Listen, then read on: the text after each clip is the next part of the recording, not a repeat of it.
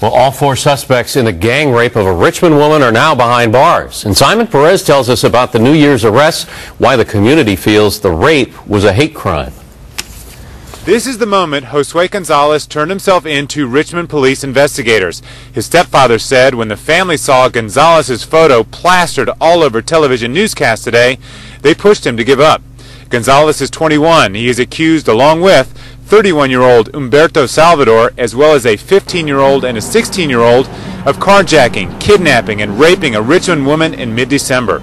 Investigators say this may be a hate crime because the attackers reportedly talked about the victim's sexuality during the rape. Individually, these crimes are serious, and the exposure is 8, 10, 12 years, if not longer. Some are 25 to life. But when you add the enhancements is when you start getting into triple-digit sentences. And I personally had several cases where the suspects got 250, 300 years in jail. Investigators say this case is different in that the suspects don't fit any particular category. Ages 15 to 31, 3 Hispanics, 1 black. From the very beginning, I personally wondered what would be the dynamic where 4 people could feel so comfortable with each other to commit this brutal crime. It's great for the community. I mean, they can't just let people do these things to other people. Or, I mean, everybody has to take a step up and speak. Indeed, investigators say community outrage helped them crack the case. Volunteers handed out flyers with the descriptions of the suspects. We're not going to stop looking for these criminals.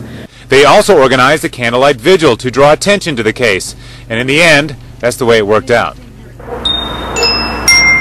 There's a lot of times that people just don't want to get involved because they're scared for their own safety. But, I mean, when it comes down to something like this, I think the community reaches out more because we don't want that kind of violence around here. Investigators say the only thing Gonzalez said when he turned himself in was he wanted to talk to a lawyer.